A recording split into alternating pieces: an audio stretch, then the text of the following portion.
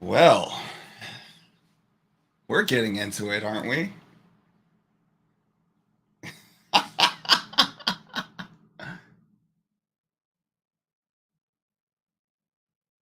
Oh, oh, it says that you have to unmute yourself. I can't touch you. Oh my There we gosh, go. I just said a whole soliloquy. Are you kidding me? Wait, what did you say? It was so good. Oh, the moment when we want to try something new. I swear. Well, forget it. Cue the intro. It's time to take a deeper look, see what's on the horizon. Check if the earnings out or underperform the guidance. The good companies always striving for innovation, while the bad, short-sighted, often get complacent. But we plan for the future and look for action to take now. So gather around, it's time for the breakdown. What's up, everybody? I'm Mark Monroe, accompanied by my wonderful co-host, co-producer, co-creator, and all things galactic, coming through, dressing all black like they owe me. Have your friends sing it. Anyways, give it up for none other than the wonderful. It's Jolene GC in the place to be. What does it? Cousins on this fine Tuesday. I guess it's kind of evening, right? Yeah, it's something like that. Okay. It's still light outside over here in Seattle, and the weather is pretty nice, by the way. Actually, yeah, it is pretty sunny. How's the world over there in Leisureton over there? I know that you're the president of Leisureton. I'm trying to get these lights together, like Okay. Oh, that's a vibe. the ambiance. Everything is great over here in Leisureton. Like, it couldn't be better. I feel like we're about to have a light war, Jolene. I know. I'm just trying to get the right color. It was like bugging me. Yeah, it's like I'm trying to match your vibe over here because it's I was crazy. going with yellow because I do have yellow on. You just can't see it, but I do have on yellow. Okay.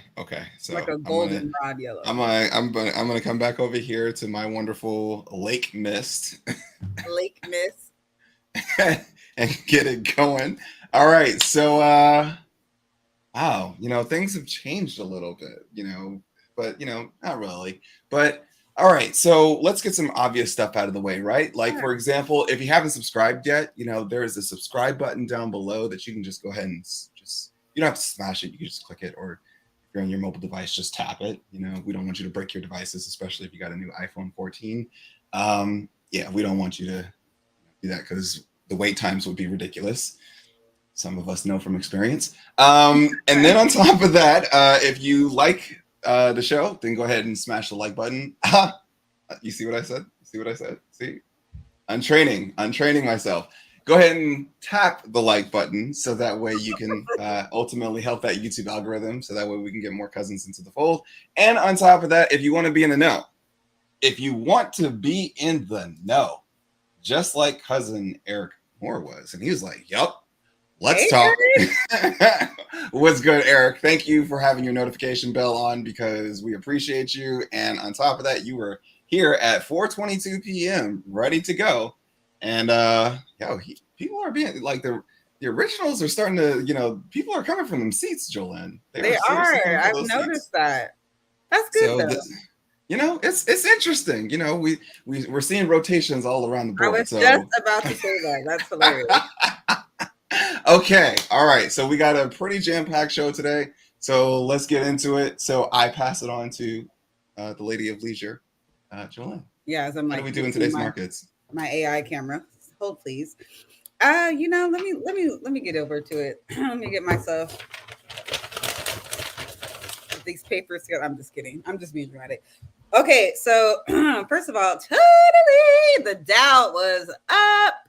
It was up. Okay, so the Dow was coming in at 825.43 points. We are now occupying levels of 316.32. The S&P 500, put a respectable 112.50 points up on the board. So now, let's see, S&P is at 3,790.93, and the NASDAQ stays fighting for its life. It did good today. Up 360.97 points. We're now back to the 11,000 levels at 11,176.41. The VIX came down just a little bit from yesterday. It's now at 29.07. Last week it was over 32, I believe. Yes, it was. Then we have the 10-year Treasury note. We have it at 3.625%. So, it's doing its thing. Okay. So heading over to sector performance, as you know, there are 11 sectors. We like to track the top 3 and the bottom 3 so we can see what that rotation is looking like. Holding it down for the top 3, we got energy, financials, and consumer discretionary. Bottom 3s would be utilities, real estate, and consumer staples. So we're seeing like a lot of rotation. It seems like there's always a different sector on top every week at this point. So heading over to our picks, aka the sips. Now, if you are new, you can find our picks at on our come up page, or rather on our Instagram page at that come up series. We got. Did you know that it's also on the YouTube channel also? Oh, it's also on the YouTube channel. Great. Is it in the description? Where is it? Community? Where is it? The section here at the YouTube on the YouTube channel. Mm-hmm. We do some postings here now. Every now and then, we got to get better at that. But what we do have is the pick list is sitting right there, so it's pretty cool. This is right there and available for you. Nice. All right, so we got Twilio, TQQQ, and Unity up for the top 3. I will note that Twilio was up a very respectable, hefty 11.35%. TQQQ up 9.29%, and Unity was up 7.01%. Our bottoms, we got Netflix, Enphase, and SQQQ. So Netflix was up 0.71%, Enphase up 5.57%, and SQQQ negative 9.32%. So, Mark, we have questions. We have topics. We have all kinds of things to get into today. So, we also have a chart. So I feel like this is a combination of like how we used to do it, like way back. Right? It feels a little nostalgic, like a little bit. It feels good. Don't get me wrong. It feels good. A little bit of that, So let's see what you want to get into. Questions? What you feeling like? You want to set some context with the chart, because we just talked about the market, so we can talk about. I'm here for whatever, because like the biggest thing is like we've been hearing a lot of stories over this year, and there's a lot of story that from last year that kind of like is playing out in this year. Timing is like they always say, trying to time the market is ridiculous, but ultimately sooner or later the stories do play out. So I'm here for whatever you feel is the best way, whatever is clever. I'm here to do it. So how do you see fit, Jolene? Let's set some context. So let's take a look at a chart. We'll come back to the chart throughout, but let's take a look at it now and see what it's looking like, especially given, what S&P 500 was up 112.50. I know there's some questions about. Hey, Jolene. No hands. Did you see that? It's magic. Okay. Magic in the building. Magic. Okay. All right. So for those of you that have not seen the show before, you're probably like, okay, Mark, this is a chart, but what is this? And then for those of you that have been here, then you understand where I'm going with this. So this is the US 100 over US 500. Though that it's being used on TradingView, you can actually still use it on bar chart. Our good old friends there, they actually showed me that you can do an interactive chart and then go to the FX and then put in the same type of thing to put in this same type of thing that you see on my screen, which is, it's pretty much just giving you a ratio between the NASDAQ 100 and the S&P 500, but it's pretty much the two charts merged together.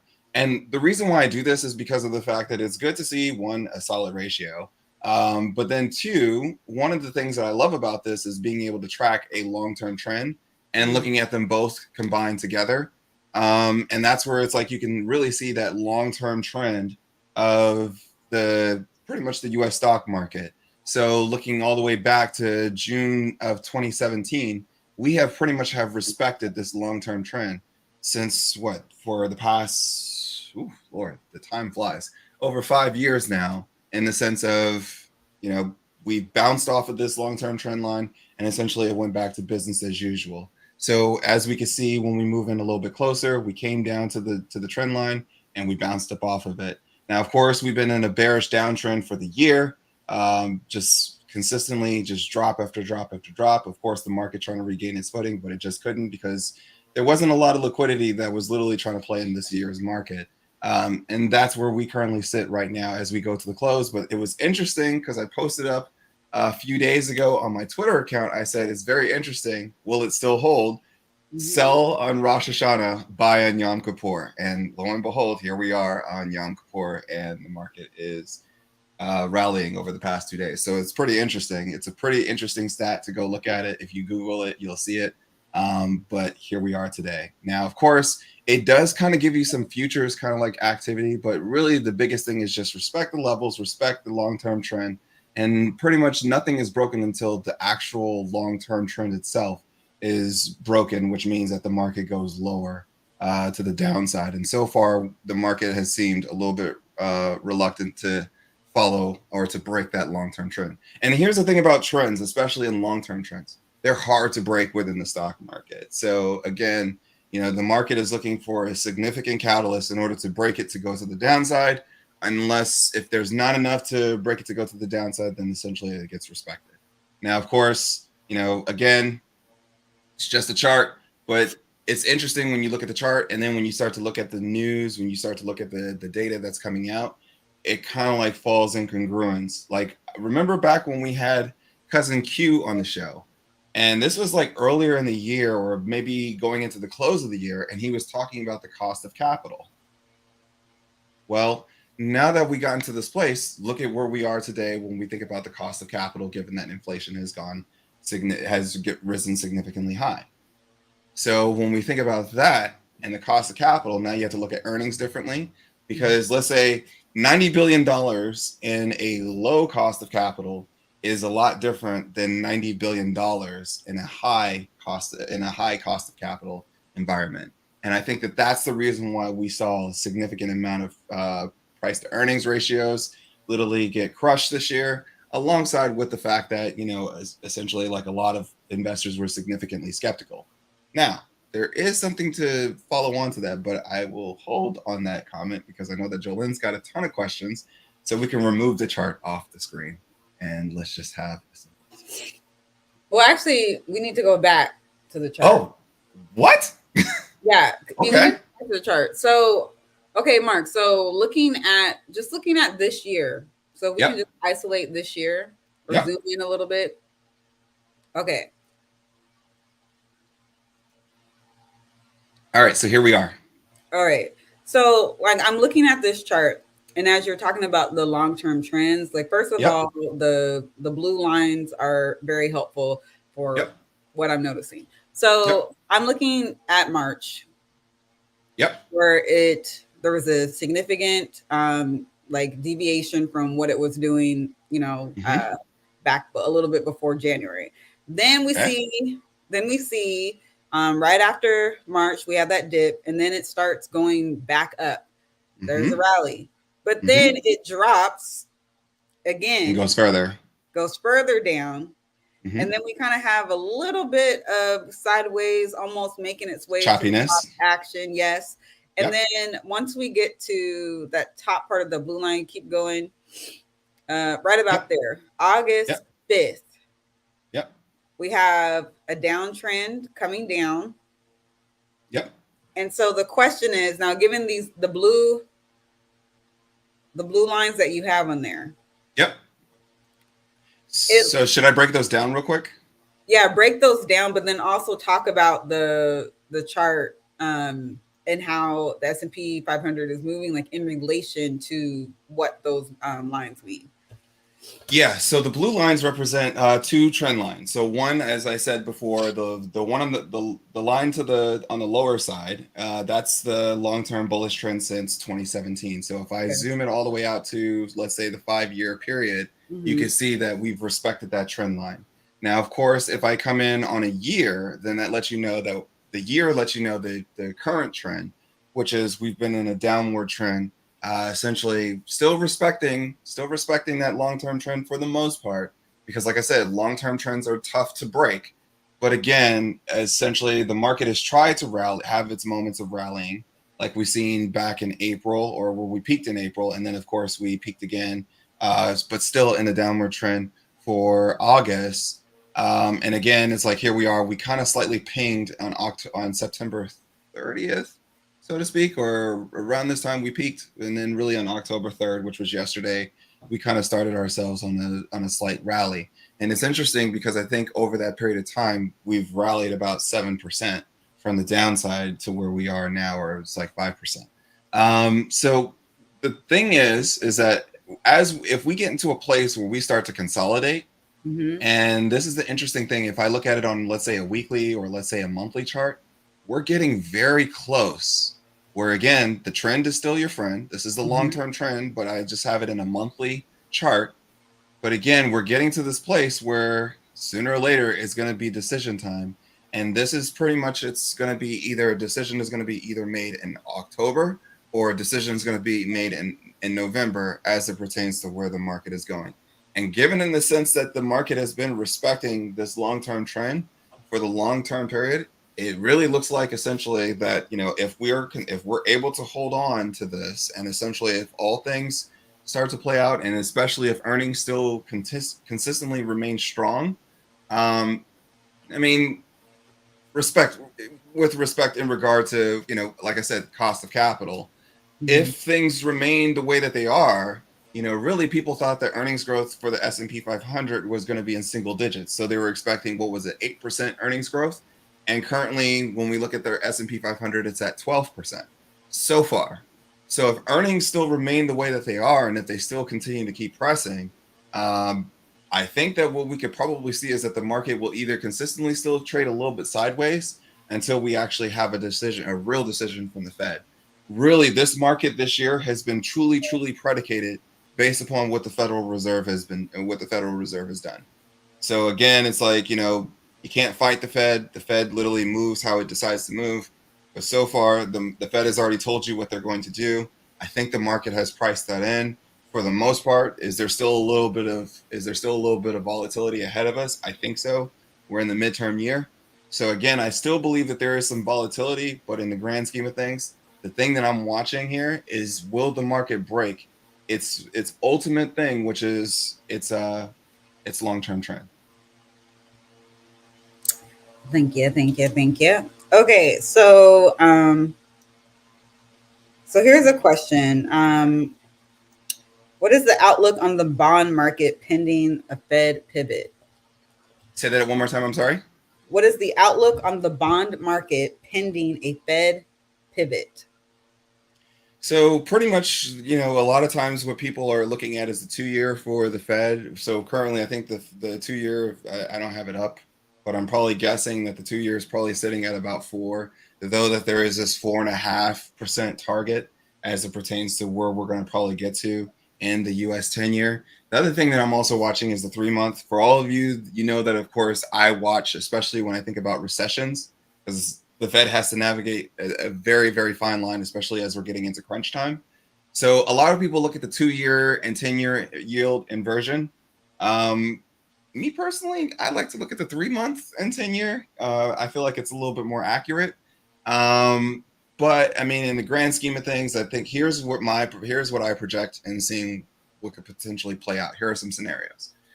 The Fed could come out and say, okay, hey, we're going to do another 75 basis point move, which if you think about it, wow, we've already done how many 75 basis point moves now? I'm starting to lose count. I think it's like 3 so far, 3 in a row. So let's just say that they do another, let's say, 75 basis point move in, let's say, this next coming rate hike schedule, and then they do another 50. So then that would put you at 125 basis points altogether to close out the year, which would literally put you at about 4.4, 4.5 as it pertains to meeting your target. Now, there's other folks that are saying that, and then at that point, the market is saying that the Fed could break. Now, in the sense of, you guys have probably heard Steve Leisman say it on multiple different platforms, but pretty much where it's like, okay, hey, where it's like the Fed pauses and then sees where we're at, like let the data catch up. Like one of the things that, I think that the Fed has definitely been scrutinized for is, well, one, you should have done this you should have started this process in 2021, but you can't cry over spilled milk. We're here. And then two, you've come in way too aggressive than what we've expected for you to do. And, honestly, this is causing some significant issues, especially since you're looking for indicators, but yet at the same token, those indicators are lagging, and that's creating an issue. So there's that part. So there's other folks that are saying that, oh, well, we could probably see a 50 basis point move in the next coming rate hike environment, and then a 25 or another 50, and then go another 25 starting next year, and then see exactly where we're at. Those are the things in which that we look at in the sense of like, well, one, people are focused on CPI, they're focused on unemployment. But in the grand scheme of things, it was kind of funny when we had John Rowland on the show, and it was crazy because we had that conversation after, and it was like, hey, his target for like the 1 year is more so looking at a 5%. And it's possible that we could get there, but in the grand scheme of things, I'm more so looking at maybe like a 4.5, 4.7 as it pertains to the max, if we do get there. But then the grand scheme of things, I think people are now starting to look beyond 2022, because 2022 is pretty much practically over in 3 months? Yeah. So now it's time to look at, okay, hey, well, what does 2023 look like? And in 2022, it was an ugly year. No way to sugarcoat it. It was ugly. It was a bloodbath. But now investors and now money has to start thinking about beyond 2022, looking at 2023, looking at 2024, looking at 2025, and then possibly even 2026. What will the global economy look like in that regard? There are reports coming out of China in which that they're saying, okay, hey, well, what if we sell dollar and then ultimately boosts yuan, so that way essentially we can get our currency up. You're starting to see other central banks that are starting to make significant moves that are now starting to essentially, okay, we're getting a little bit more active. The biggest thing for what we think about when I look at the Federal Reserve is that they're literally trying to squash demand. Another arena that nobody's really talking about, though, that I wish that people talk more about, is credit markets.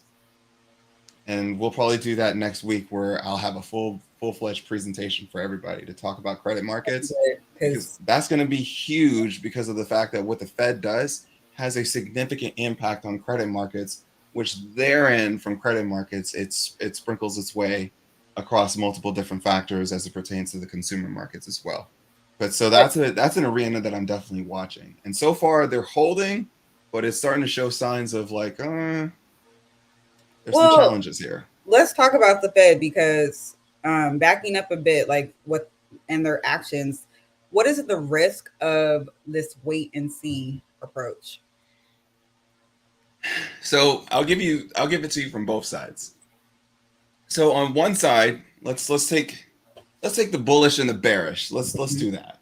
Okay. So the bullish side says that the reason why you should take the wait and see approach is because of the fact that you want to see exactly, what is it that has actually transpired since you've done the rate hikes. And then on top of that, it's like, allowing people to literally absorb the shocks that you have literally put into the market. So you've just given a significant amount of adrenaline that has just literally flooded the system, and everybody is in shock. You kind of want them to recover, because giving too much adrenaline can ultimately kill the market. So, and you don't want that. You don't want to be known as the Fed that literally killed the market and ultimately also killed the economy. So that's one of the reasons why people are like, well, you've gone really, really aggressive. Well, let's have a pause to see exactly where we're at. Let's lift ourselves out of water and see exactly where we're going. Right now, we feel like we're swimmers swimming towards a direction, but we don't know if we're swimming to the actual goal or target. So that's what the bullish camp says. The bearish camp says, we got a lot more to go. Keep them coming. Keep the rate hikes coming, because of the fact is that we need to get our balance sheet together. We definitely need to get inflation significantly tamed. And the fact is that you're running on lagging indicators, says the fact that, okay, hey, you got to make drastic moves in order to essentially get there. And in this particular regard, many times you're never going to really just come in like right on time, as like if you're in an airplane where that when you're coming onto the tarmac, that, okay, hey, we're going to land. It's going to be like a little, you may see a little wing, like, react in it here and there. But for the most part, that, okay, it's a somewhat smooth landing. Normally, when we talk about the Fed, there is no such thing as like when we look at through the history of the Fed, there's never really been a such thing as a smooth landing. Either they're going to be a little early or they're going to be a little bit late. They're never going to be exactly right on time. And we saw that in the sense of what took place during the pandemic. And then as it pertains to like, okay, hey, this is overrun its course. You're late. And then here we are in, say, for example, 2022. You're late. Mhm. So my best guess is probably we're going to be late. A day late and a dollar short. Okay. There you go. Here's another question. Okay, I'm gonna have to rephrase this question. Let me read it as is, and then I'll rephrase it. Sure. Do you see the market moving sideways for next 10 years? If yes, any strategies or stick to the script? So I'm going to rephrase this question. So do you see the market moving sideways for the next 10 years? And No. if, well, I'll just say it anyway. If so, then what are the things to consider when formulating a strategy? Okay, so if the markets are ultimately going to be moving, let's just say hypothetically, if the markets are going to be moving sideways, you know, here's what I would do. Like I can only speak to you on what I would do. I would literally focus on income.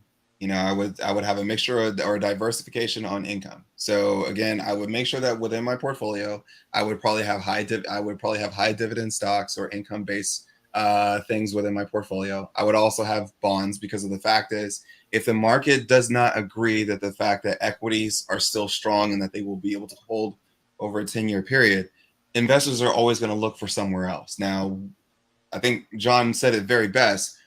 We had this Tina effect, which there was no other alternative. There was no alternative, which everybody turned to equities. But it was interesting because though, you know, there was a lot of things that also transpired there. There was also Kathy Woods that said, you know, hey, the bull market itself is going to have to broaden itself out. So which means that when you see that there's a bull market that's broadening itself out, then that means that there's other alternatives. There's other options out there.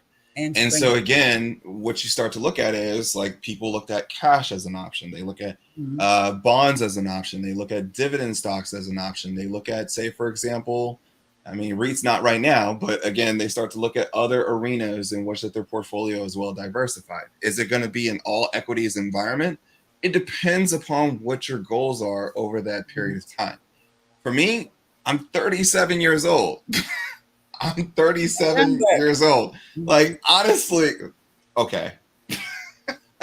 You get one of those, Joel.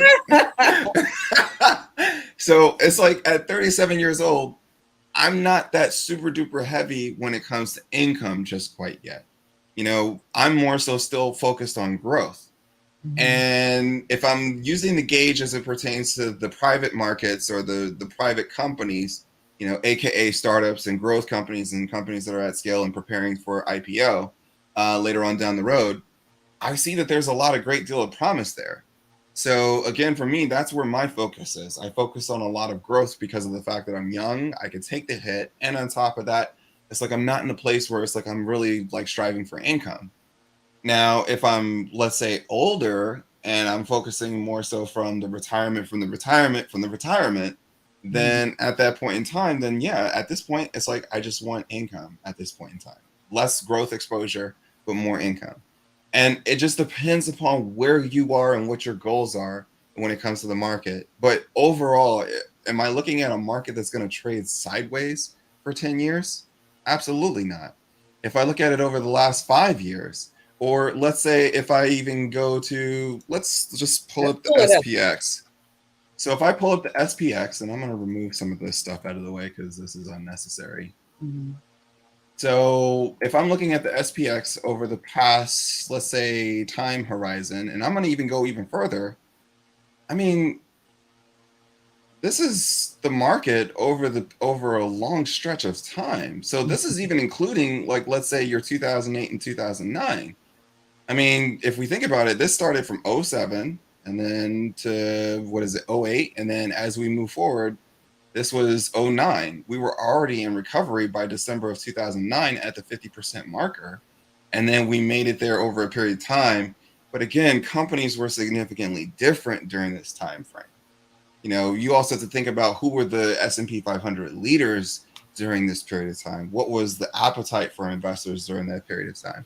So again, it's like when I look at it over a 10-year stretch. So if I say, okay, from all the way from January of 2009, and then I'm going to go all the way to 10 years at 2019 of January, look at the gains that you would have like recovered from. That's what the S&P 500 is, from 800 points all the way to almost 2,500 points.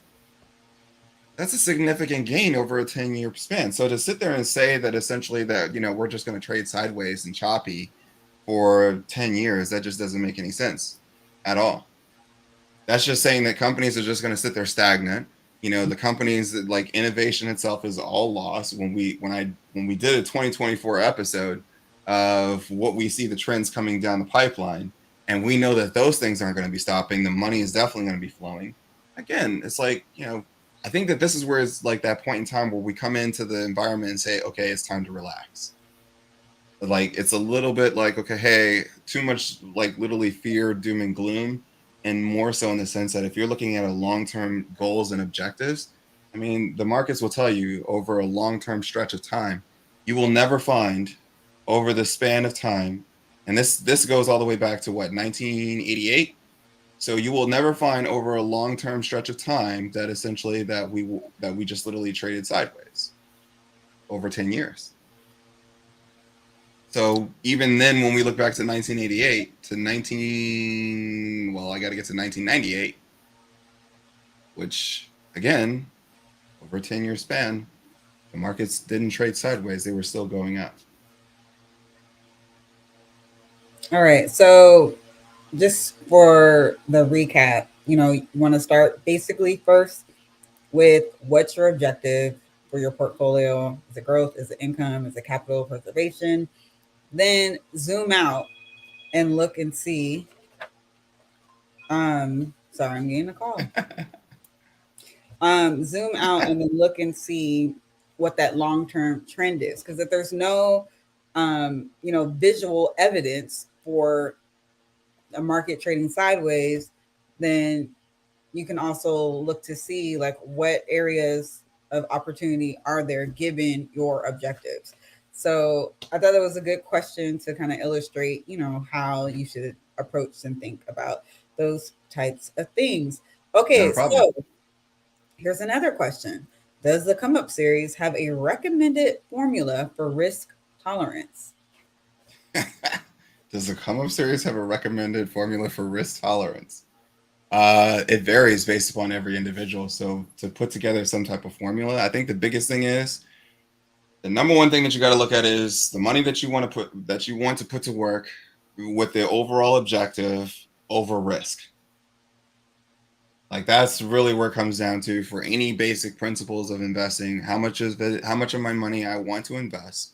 What is my objective for the money that I'm looking to invest over, like, okay, how much of it, of the money that I'm investing, how much of that am I willing to lose or not willing to lose? Oh, I thought your sound dropped out. Did my sound drop out? I thought it did. It could have just been on my end. It sounded like it did for 1 second. Yeah. I mean, here's the thing though. Like, here's the thing that a lot of folks don't realize. Let's say that let's run some scenarios, right? Mm-hmm. Let's say that, for example, that the Fed does their thing when it comes to, let's say, consistently, we're gonna be aggressive, and then all of a sudden, it's like, okay, the market is now in recession. The global economy has now gone into recession, right? Mm-hmm. Well, what is the Fed's one and only tool in which that they can get the economy out of recession? Right, interest rates. No. Tightening. It's so we're already in a tightening environment right now. We're compressing because of the fact that demand is still high, but at the same token, supply is low, and at the same token, inflation is and prices are high. We have to kill them.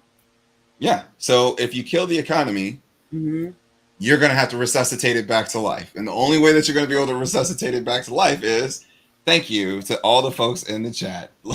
You're going to have to do what is called quantitative easing, QE.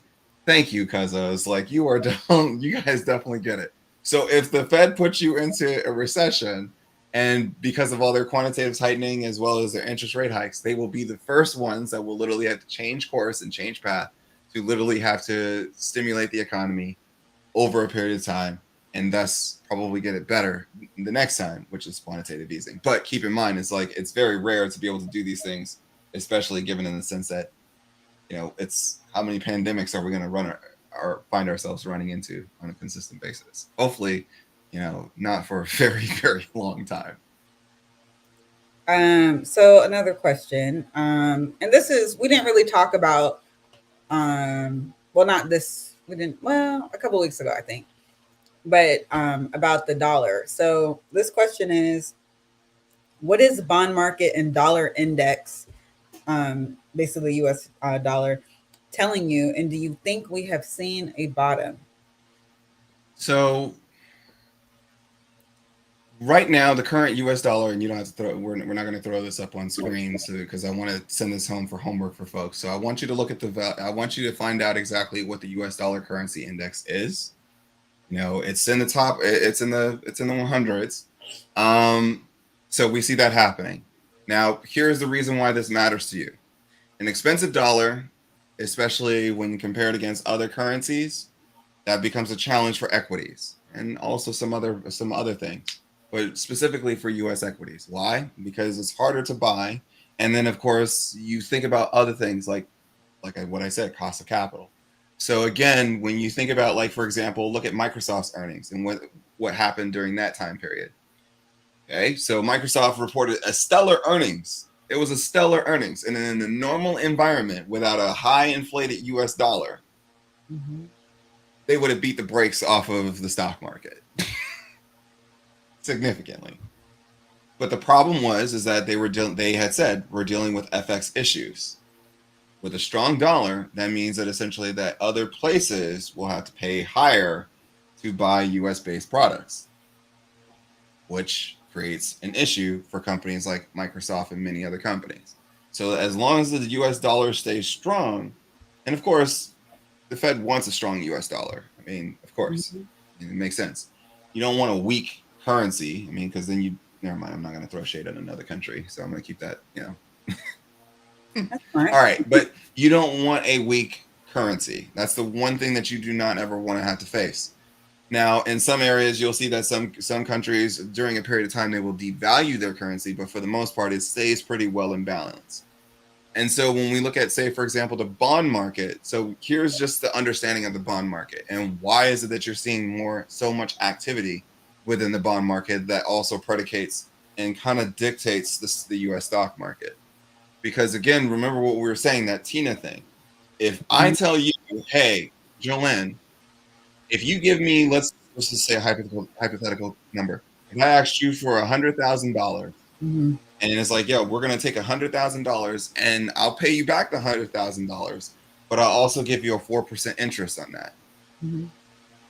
Yeah. Would you take that?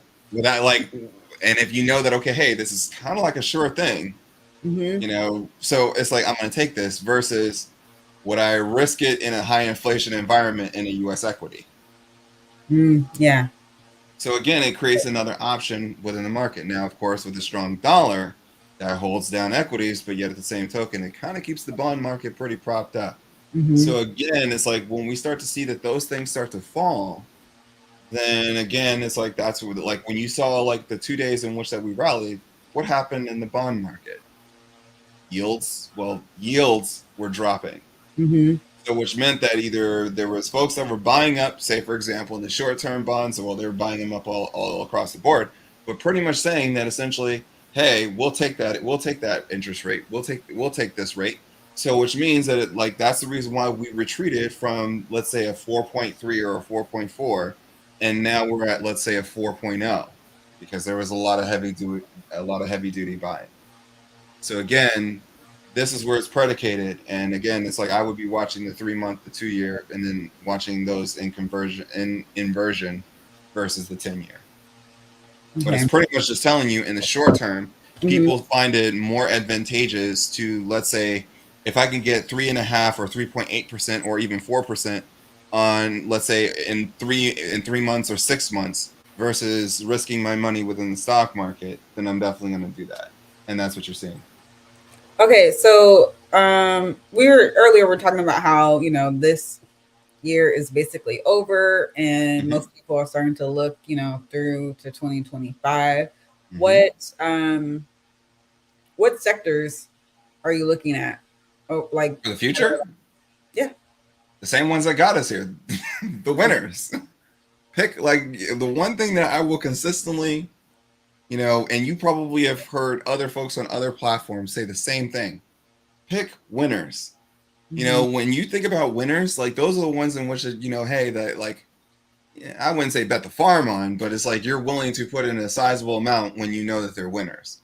And then you put in a small portion towards those in which that it's like, okay, you could be a winner, you could be the dark horse, or maybe not. And then it's like, okay, well, there it is. So for me personally, I am literally picking winners. The folks in whom which that I know that have like, and here's how I pick a winner. The folks in whom which that were doing exceedingly well or had all the residue that the fact that they were going to do just fine before a pandemic, and then they did exceptionally well during a pandemic, and as we're coming out of a pandemic, they're still doing well. Of course, it's like nobody's perfect, so there's going to be some hiccups here and there, but in the grand scheme of things, the story really hasn't changed.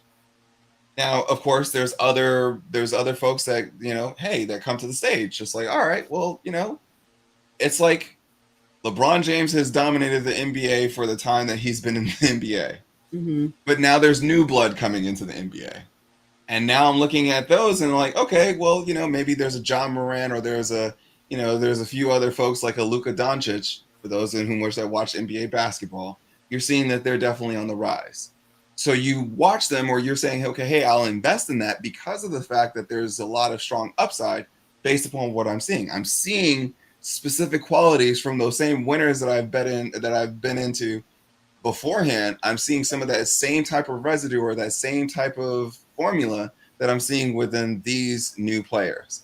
Not every single new player is going to be a winner. And some of the players that have been around for a very long time, as the market also changes, not the stock market, but ultimately the market in which that they do business, where we start to see changes. Like a lot of folks were really willing to count out Meta. And then all of a sudden, Meta just announced that, okay, hey, we're getting ready to flex our muscle when it comes to augmented reality, when it comes to advertisement models. Now analysts have to go back and be like, okay, well, what does this mean? If I'm out and about, or if you have a large amount of people, or if you're at a WWE event or a concert, imagine what those ads look like. So again, it's like, you got to think about exactly who the winners are that were ultimately shining so bright within your portfolio, not because of the fact that everybody was just jumping in, but because of the fact that they showed you that essentially that, okay, hey, our fundamentals are strong, which means that our skeletal system, hey, we're not going to get pushed and then ultimately like our bones break. Mhm. Those are the companies in which that you look for. The companies that you're seeing that their bones are breaking right now are the companies in which that they did very, very well during the pandemic. But then when it comes down to looking at their balance sheets and everything else, they're not as tough. So which means that you can't really justify their valuations just yet. Now, it doesn't mean that the story can't change, but as it stands for right now, they're not winners. So it's just more so in the sense of we got to look at it in the sense of who ultimately are the winners that ultimately got us here, who sustained us, and then at the same token, are they still strong enough to propel to go into the next leg over the next 5, over the next 7, over the next 10 years? Are they still in the process of redefining? Do they still want to consistently push the envelope forward as it pertains to moving their industry or their sector forward? Do they still want to be leaders in this space? Or do they just want to be comfortable and content? That's how you look at winners. Winners don't stop going just because the other side wants to play. That's a great, great quote right there. So there you have it. All right. So now that we reviewed some charts, Yep, we answered some questions. we did. One thing we do need to do is start preparing for end of year. As far as performance, Mm-hmm. our own personal stuff, and then looking forward to next year in execution. Um, and I mean all this in the context of like review and reflection. Mm-hmm. So we've had so many different episodes. I don't even know what episode number we're on at this rate. I think we've done over 250 episodes, like, which is crazy. Yeah. Over 250 videos within this short span of time. So there's a couple of videos that stand out, and I wish that we had I guess we can put it in the description at some point, but like some of the episodes that would really require a second look in preparation for 2023 and beyond. One of those episodes was I don't remember the name of it though, but it was about the future, and we were looking at digital twins, and we were looking at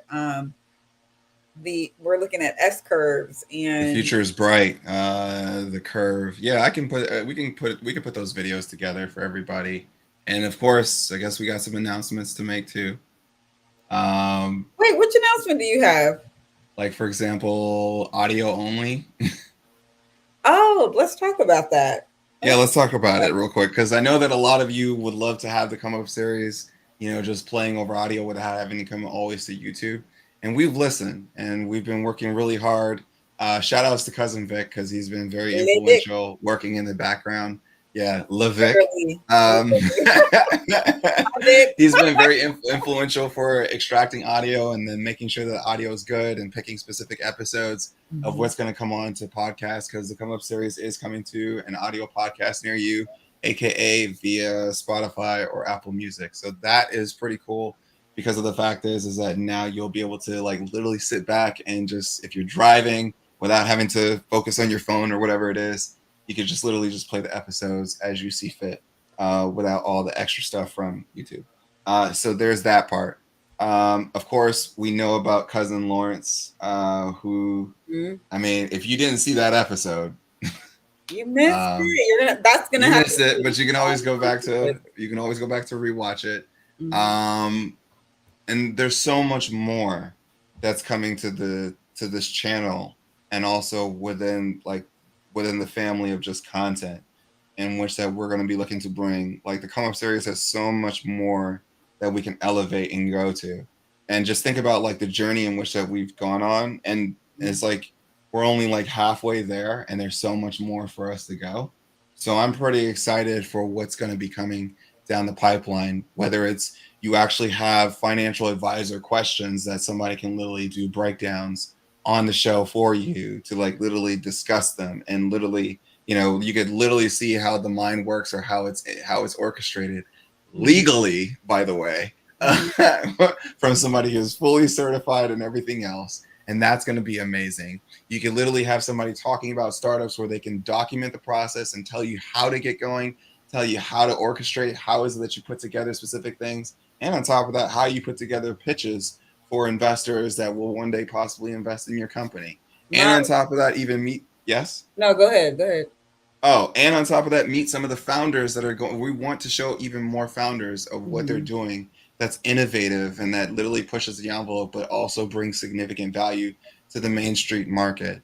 So stay tuned. There's a lot more. And then, of course, there's fundamentals and technical analysis that people are going to dive deep into on a weekly basis. So there's a lot that's coming to the stage that we've been like for those of you guys that don't really know about what's happening. And this is where I'm going to kind of go a little bit off script, Jolene. Wait, before you do that. Yes. I just want to say, I am so looking forward to, especially if you talk about startups. Yes. I'm so looking forward to seeing some cousin founders. Yes. Who I see in the chat, who have been there, like the OG cousins since 2020. Yes. And seeing their startup, literally from a seed all the way to something full grown.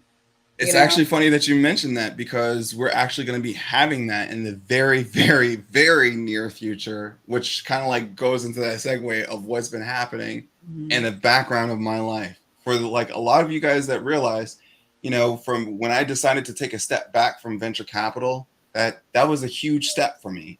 But then at the same token, it was more so me in a sense of saying, okay, hey, I'm betting on the culture. I'm betting on the people who look like us in order to propel things to move forward.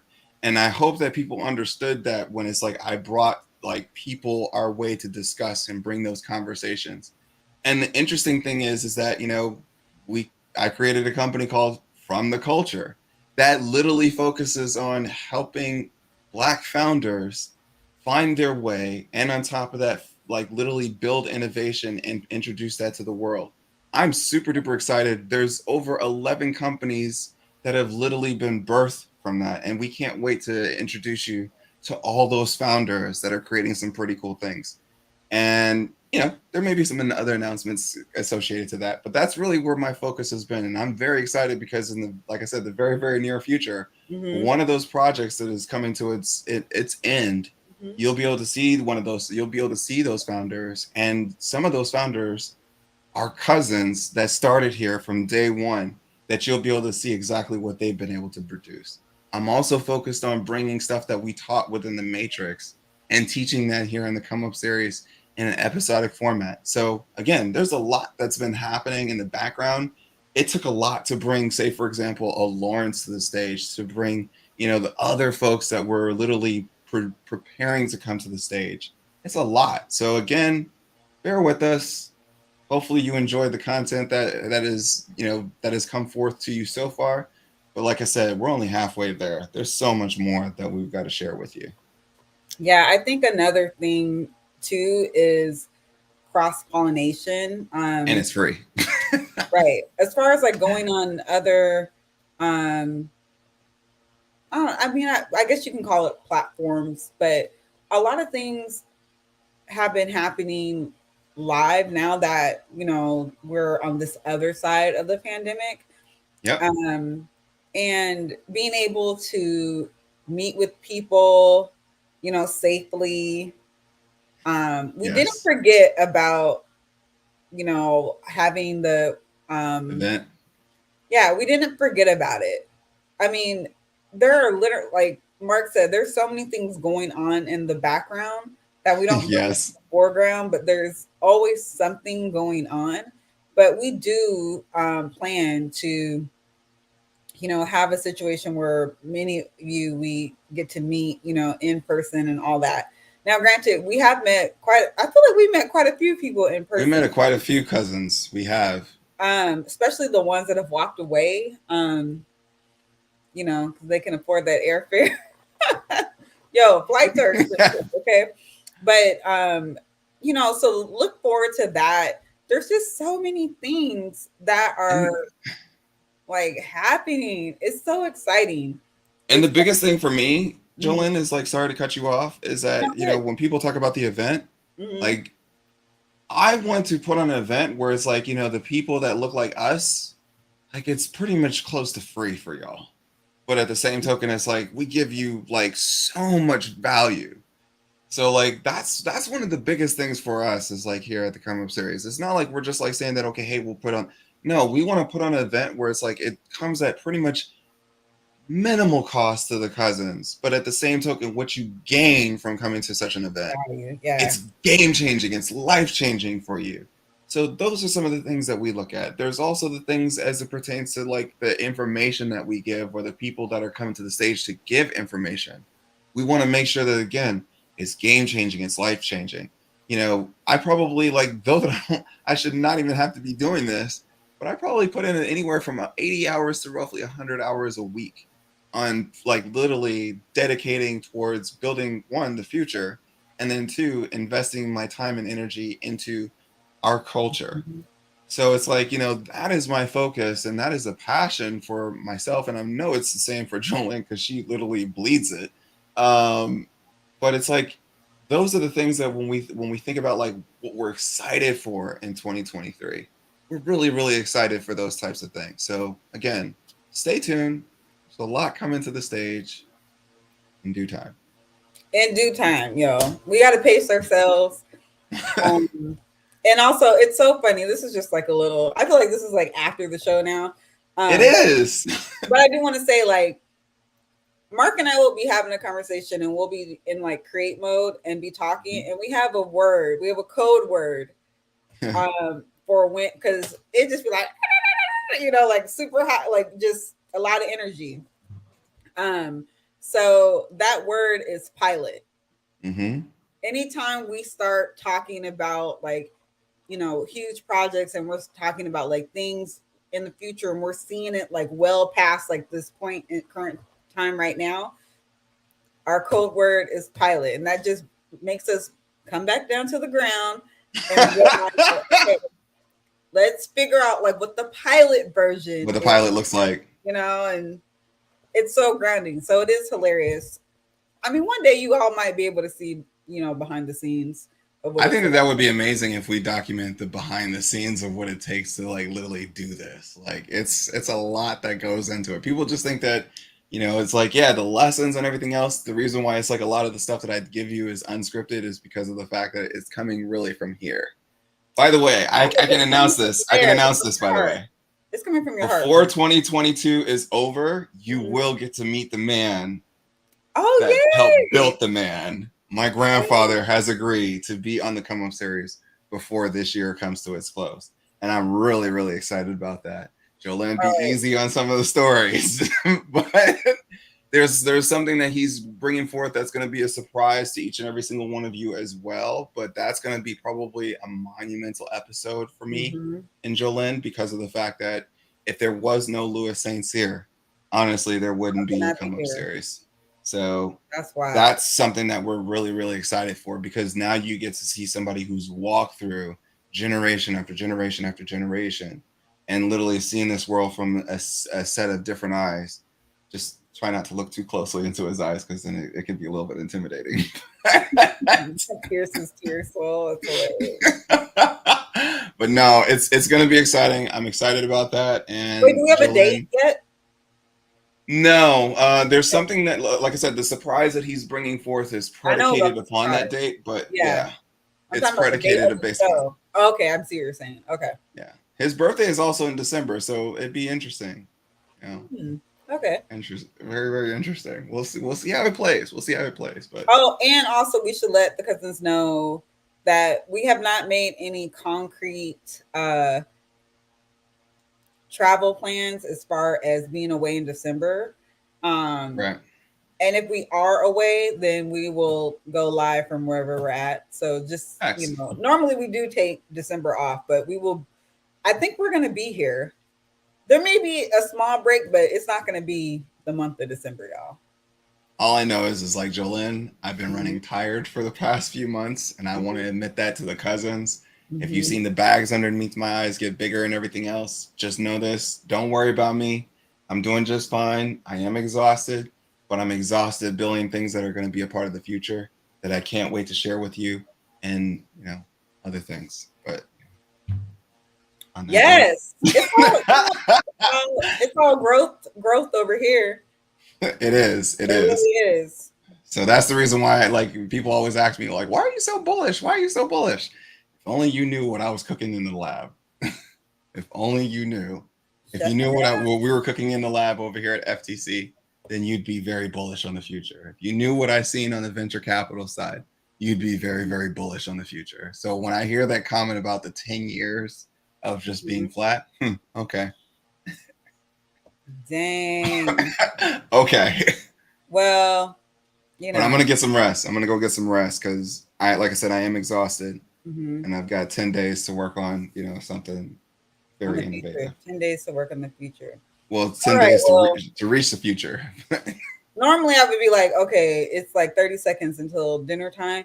But y'all, I'm going to go see Issa Rae, so I got to go. I wish I was wearing my rooting for everybody black shirt, but, you know. Let me text her right quick. Hold on, girl, I'm still live. All right. Tell her I said hello, and, you know, hopefully we'll part the seas of traffic so that way you can get there. Y'all, thank you so much for rocking with us. We know that the show took more so an internal of what's been going on here at the Come Up series, but hopefully you're more informed as it pertains to what's going on. Share this video with other people that you may know so that way they can be excited about the future just as much as we are. Until next time, I am Mark Monroe. Keep learning, keep researching. The more you learn, the more you earn. And I'm Jolene. You seen the place to be, about to go holla at Issa Rae or whatever. And this has been your Come Up. We will see you guys next week. Peace, y'all.